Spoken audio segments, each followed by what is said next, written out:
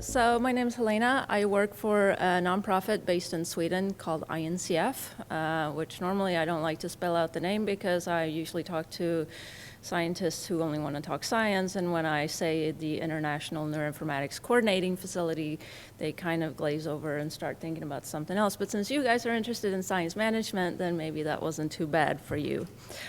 So what we do is that we support the development of fair and open standards and best practices for neuroscience.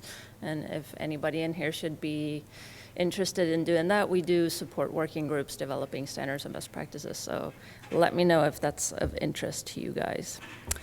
So my background is actually in genetics. My PhD is in genetics. After a short postdoc, I transitioned into doing science administration and outreach at the Royal Swedish Academy of Sciences. You know, the guy who hands out the Nobel Prizes in chemistry and physics and so forth.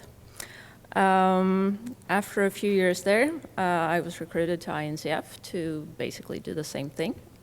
So what I'm going to talk about today is a little bit of networking, relationship management, and also how to communicate your research. We've already talked about, sorry, I have my cheat sheet. I'm going old school today. We've already talked about how to manage projects using different tools, how to manage task assignment, how to manage people a little bit, knowledge translation, and also data management, which is very important, something that INCF, of course, is heavily interested in, data sharing and so forth. So I'm going to talk about how to talk to people, because in order to do a lot of these things that have already been mentioned today by the previous speakers, like collaboration, getting funding, these kinds of things, that means that you need to talk to people, and talk to people that you don't know, which can be scary. I thought it was really scary before I was forced to talk to people I don't know. Now I have learned the skill, and now you can drop me basically in any circumstance and I'll talk your heads off at length. So this is something that you can learn. If you're a shy person, there's tricks to do this.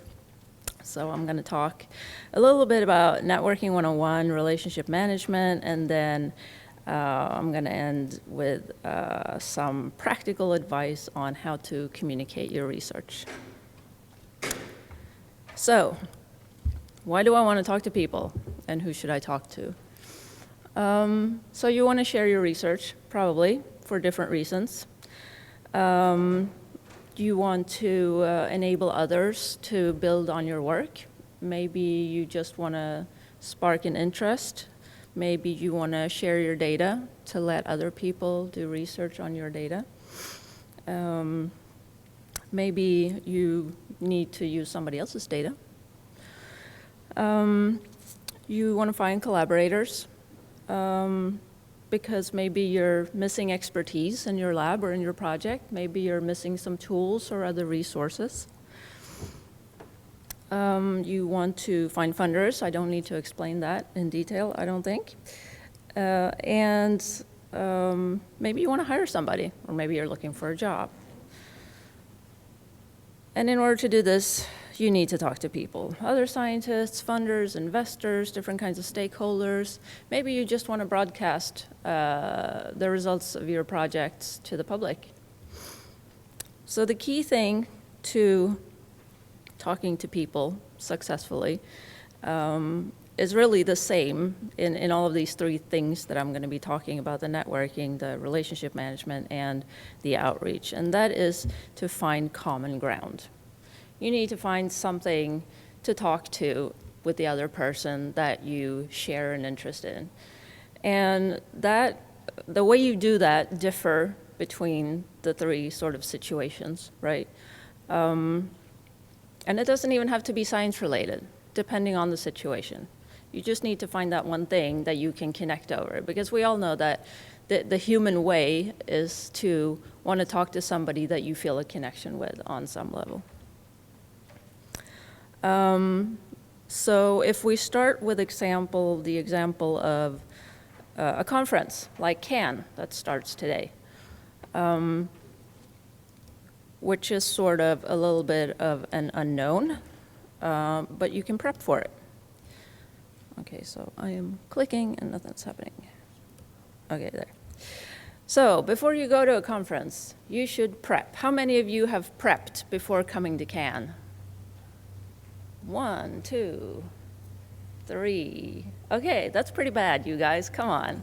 Okay, but I'm going to now tell you, you have the afternoon, right? So you have some time to still do your prep work because you come here for a reason, right? And it's hopefully not just, oh, because I live here and I do neuroscience, so I'll go to CAN, or my friends live here, so I'm going to come and see them and also go to CAN.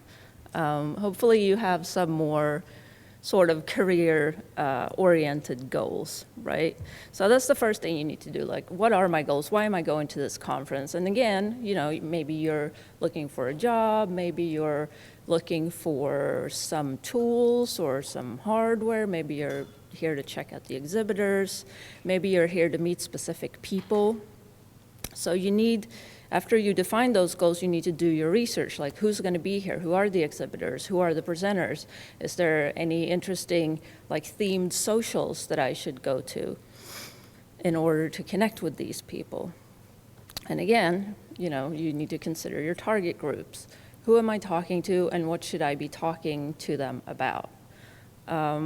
And at a conference, you can the trick here is that you can find that common ground before you actually see the people that you want to talk to. Because talking to people that you don't know can be scary, but if you already have a plan, who you want to talk to and what you want to talk about, then you can prepare your pitch already beforehand. That makes it a little less scary.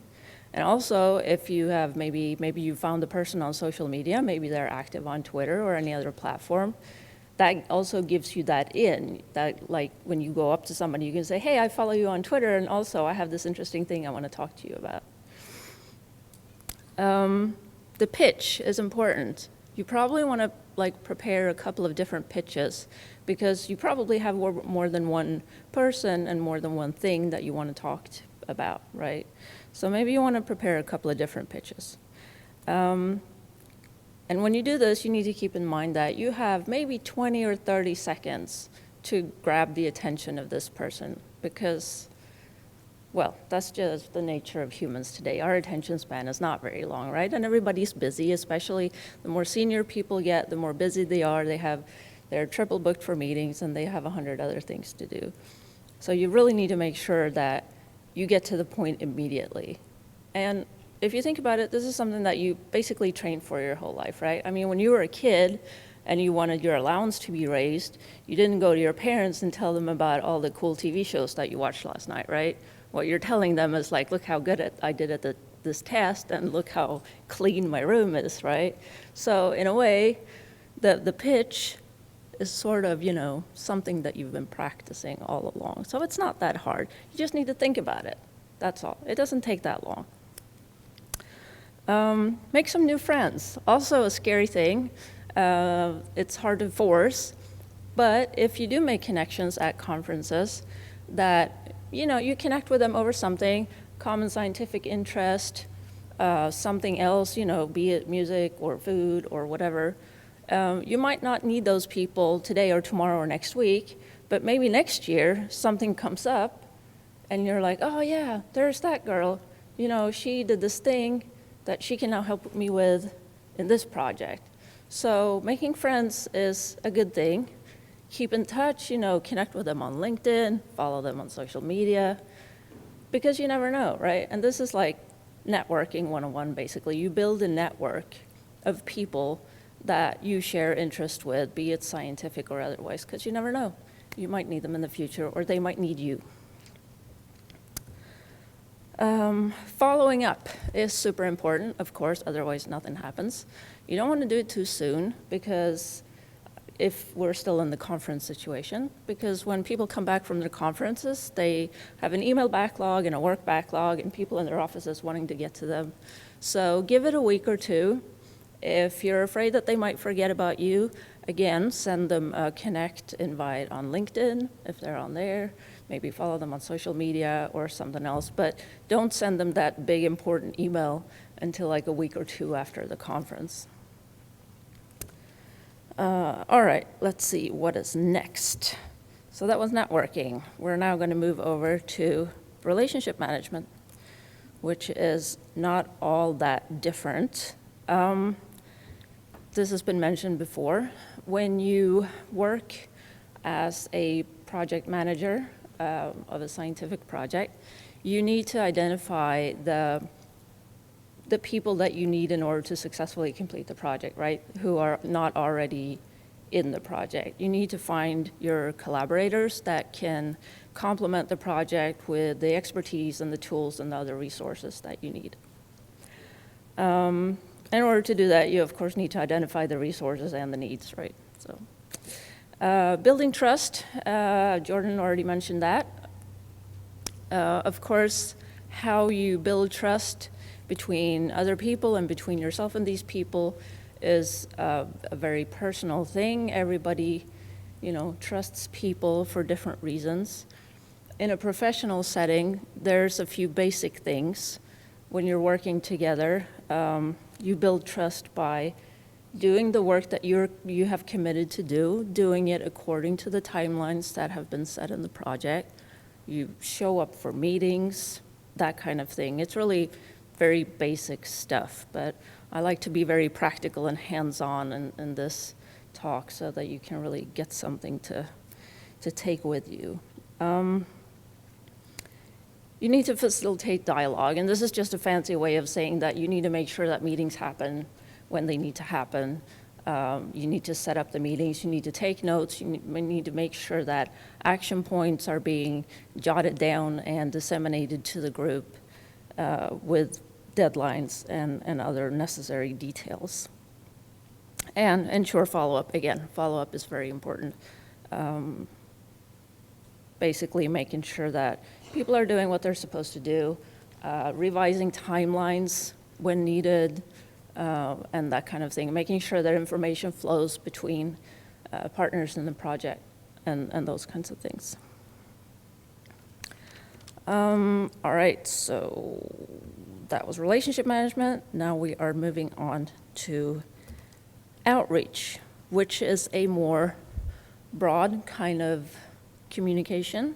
Again, consider your target groups. This has been mentioned before by several speakers. You need to pay very close attention to who you're talking to, and you need to modify your message depending on who you're talking to, because people are going to pay more attention if you're talking about something that's relevant to them and something that they can help you with, or something that you can help them with.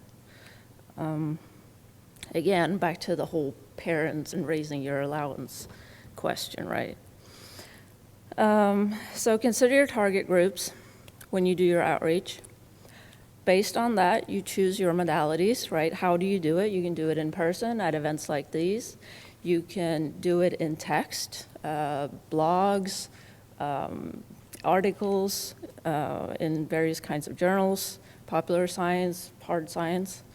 You can do it via video on TV or YouTube. There's a lot of neuroscience YouTube channels, for example, like Neurotransmissions, that do a lot of good, popular science communication.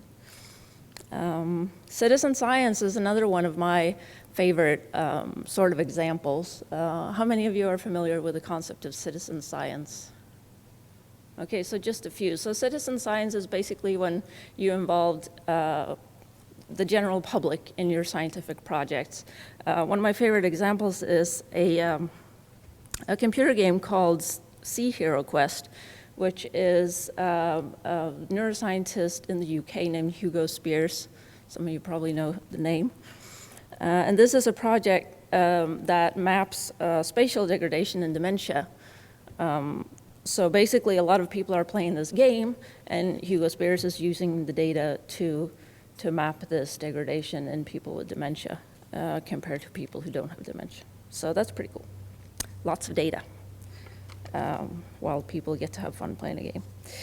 And the last one is visuals, like science art, infographics, and that kind of stuff, which is very important when you're doing science communication.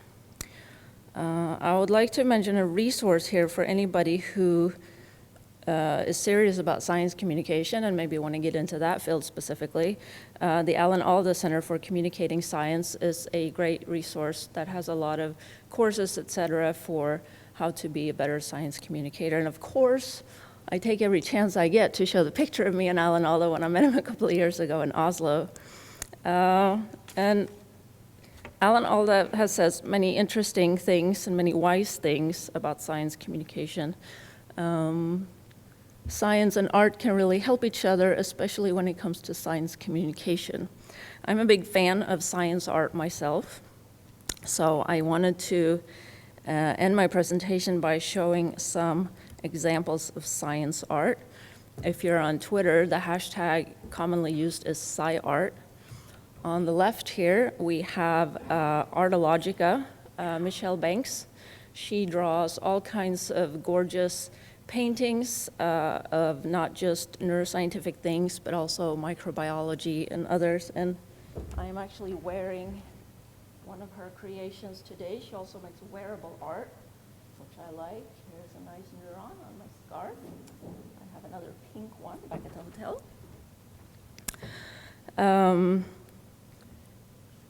The top center one here is a project done by a grad student at MIT who collected a lot of really gorgeous neuroscience images from basically her friends on Twitter and got sponsors in order to print 2 editions of this journal that she handed out at SFN a couple of years back. On the right, we have a popular hashtag selfie with a C, under which people post a lot of really fantastic images of various kinds of cells. And in the bottom middle there, I just wanted to plug a very local artist here in Toronto, Peggy Muddles, or the Vexed Muddler, who does not just wearable art, but postcards and paintings and stuff like that. Also a lot of infographics. I'm actually the proud owner of this Black Widow bracelet in this picture. So I've mentioned hashtags and I've mentioned Twitter. Some of you may know me for Twitter. I hang out a lot on Twitter.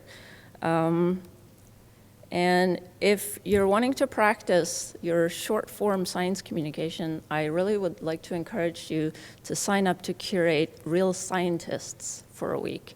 I don't know if you're aware of what this is, but this is a science communication project on Twitter. We have, I think, almost 74,000 followers at this point. And we have a new scientist on there every week to talk about their science. And since we have so many followers, there's a lot of interactions and a lot of good questions and a lot of weird questions and a lot of opinions. And it really makes you having to practice your skills in how to concisely present your science in an unambiguous way. So get in touch with us if you're interested in that. There's another hashtag here, SciComm, which is used widely on Twitter for all kinds of science communication things. So finally, we're almost at donuts. Something that's sort of been illustrated in various talks before. There's another quote from Alan Alda that said that effective science communications happen when we listen and connect. It happens when we use empathy, and communication is headed for success when we pay more attention to what the other person is understanding rather than focusing only on what we want to say ourselves. The short and more effective version of this is effective science communication is a two-way street. And with that, I want to say thank you and let you know where you can find me if you want to get in touch for whatever reason.